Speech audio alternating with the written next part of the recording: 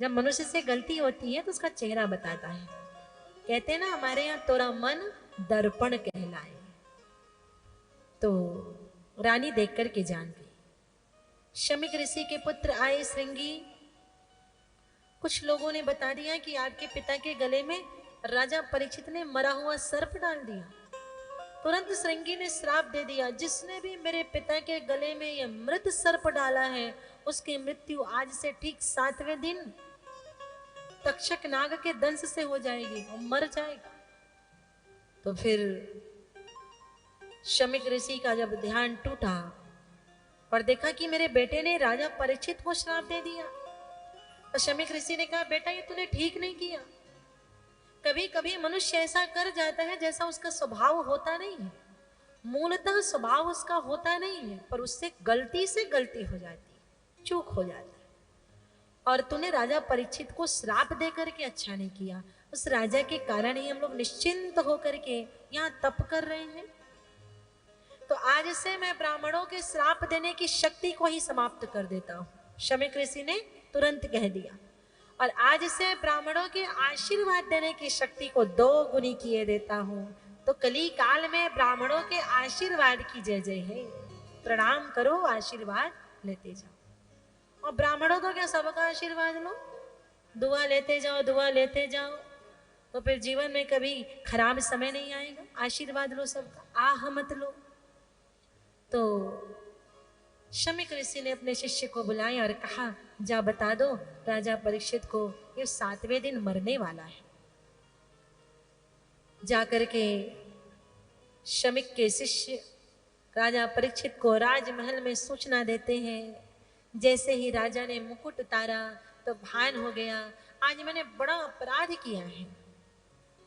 और राजा पाप के बोध में अन्न जल तक ग्रहण नहीं की, अन्न जल का त्याग कर दिया। जीवन का पहला पाप है, अन्न जल भी ग्रहण करना राजा ने बंद कर दिया। उसी समय शिष्य आए और कहा राजन तुम 7वें दिन मरने वाले हो, तुम्हारी मृत्यु हो जाए। राजा परीक्षित नाच उठे, झूम उठे, रे वाह वाह वाह। त्रिलोकी में एकमात्र राजा परीक्षित ऐसा व्यक्ति है जिसको पता है वो मरेगा तो 7 दिन के बाद मरेगा, 7 दिन के पहले उसे कुछ होने वाला नहीं, 7 दिन के बाद ही मरेगा।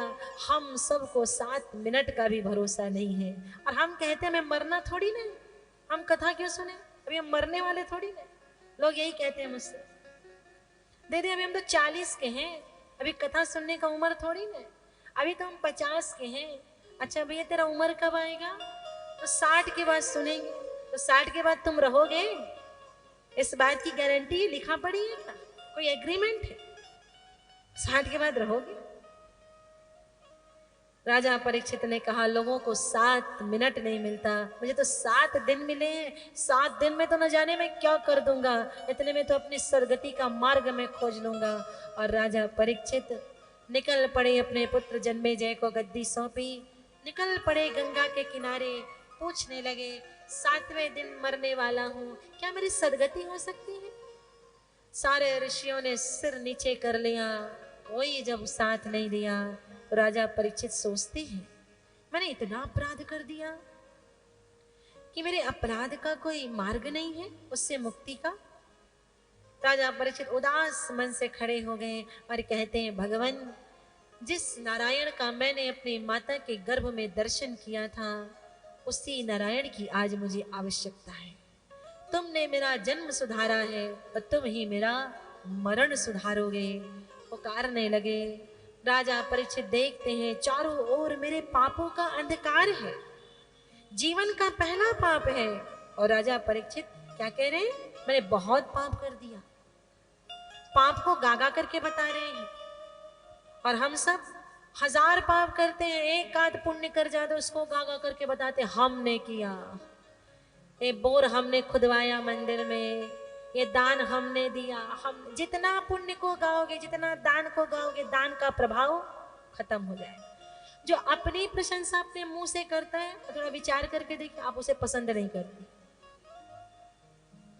और जो अपनी निंदा अपने मुंह से करता है, आपको लगे चलो भला आदमी स्वीकार तो कर रहे हैं कि मैं गलती कर चुका।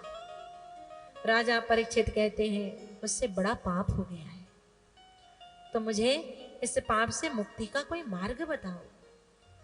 राजा के जीवन में मानो अंधकार सा छा गया, और उसी समय जैसे रात्रि के अंधकार को दूर करने के लिए भुवन भास्कर सूर्य नारायण उदित होते हैं, वैसे ही राजा परीक्षित के जीवन के अंधकार को दूर करने के लिए सुखदेव रूपी सूर्य का आगमन गंगा के किनारे 16 वर्षीय सुखदेव जी महाराज जब पधारे हैं। आहा, सबने कहा देखो कोई तेजस्वी पुरुष आ रहा है। तो महर्षि वेदव्यास कहते हैं अरे मेरा बेटा है, ये तो मेरा बेटा है, मेरा बेटा आ रहा है।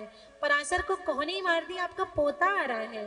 देखिए, तो पराशर जी महाराज ने अपनी लंबी सी दाढ़ी बिछा दी, कहीं मेरे पोते के पैर में कोई दुर्वा चुभ न जाए, कोई दूबी न चुभ जाए।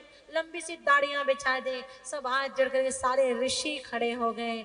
सुखदेव जी महाराज को देखते ही राजा परीक्षित जान गए ये मुझे तार सकता है, ये मुझे पार पहुंचा सकता है। गुरु एक नजर में पहचाना जाता है। आप जिसे गुरु बनाएंगे वो पहली नजर में पहचाना जाता है, दूसरी तीसरी नहीं। आप देखते ही समझ जाएं ये गुरु मेरा कल्याण कर सकता है। राजा परीक्षित ने पहचान लिया, शरणागत हो गए। हे गुरुदेव, बड़े पाप मैंने किए हैं, क्या मेरी सदगति हो सकती है? 7 दिन है मेरे पास, क्या मैं इतने में अपनी मृत्यु की तैयारी कर सकता हूँ? जीवन एक यात्रा है और मृत्यु उसका विश्राम है। राजा कह रहा है क्या मैं अपनी मृत्यु की तैयारी कर सकता हूँ? सुखदेव जी महाराज ने कहा राजन, तो 7 दिन की बात करता है और 7 दिन में मुक्ति की बात करता है। यदि अंतिम समय में भी मैं आ जाता, तुझे सर्प ने डस भी लिया होता, तेरे शरीर का रंग नीला पड़ गया होता, तेरे वात पित्त कफ विकृत और विचूर्णित हो गए होते, तेरी आंखें उलट गई होती, तेरे श्वास लड़खड़ाने लग गई होती, बिल्कुल अंतिम श्वास लेने वाला तू होता, और उस समय में भी यदि मैं आ जाता तो मुक्ति तो तुझे चुटकी बजाते दिला देता। तो 7 दिन का समय है, आजा। दासी की बात छोड़ दे, मालकिन की बात कर, दासी की बात मत कर। मुक्ति दासी है भक्ति की, तो स्वामिनी की बात कर, दासी की बात करता है। आजा बैठ, नारायण की भक्ति की बात करती है।